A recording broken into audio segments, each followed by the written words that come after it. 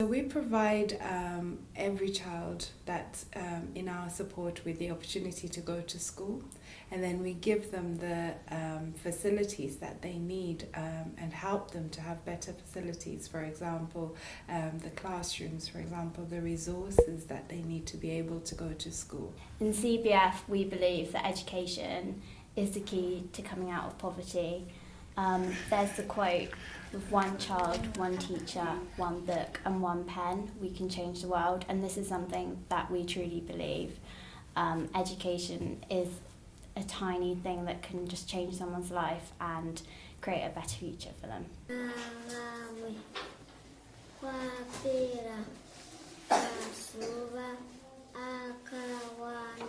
The vision is for every child to have the right to go to school and for their right to be respected and to be facilitated by their community. Everyone has a dream, everyone has something they want to strive towards. So I definitely think that CBF gives children the opportunity to do what they want.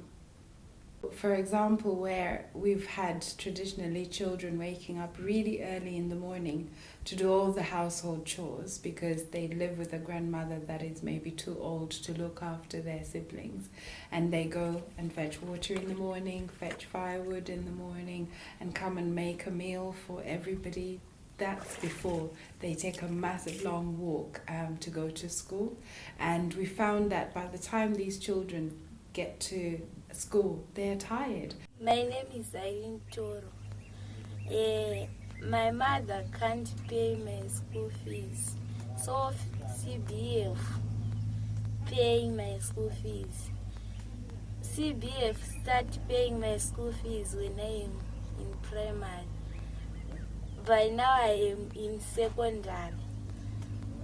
School is important because when I grow up, I want to help my mother and I want to be a doctor. They also support the families and the local communities as well. By giving children the opportunity to go to school, it also gives their families time to develop skills in farming and things like that. When we started helping in the community where we help at the moment, a lot of the children had very limited ambition, and that was because they did not have a lot of positive role models in their lives. So I remember speaking to some of them, and they said they would like to sell tomatoes at the market when they grew up, or when they grew up they wanted to be a housemaid, or when they grew up they wanted to be a carpenter. Not that there's anything wrong with those ambitions, but then they thought, I can be a carpenter at the local market. But they did not allow themselves to dream big or to have any big ambitions about what they could achieve.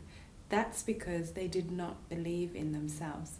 But since having our support, we have helped them to feel valued, to feel that they can believe within themselves, and that it is okay for them to dream big. It is okay for them to want to have a better future than what they see around them. When I grow up, I want to be a doctor. I want to be a pilot. I want to be an air hostess. When I grow up, I want to be a pilot.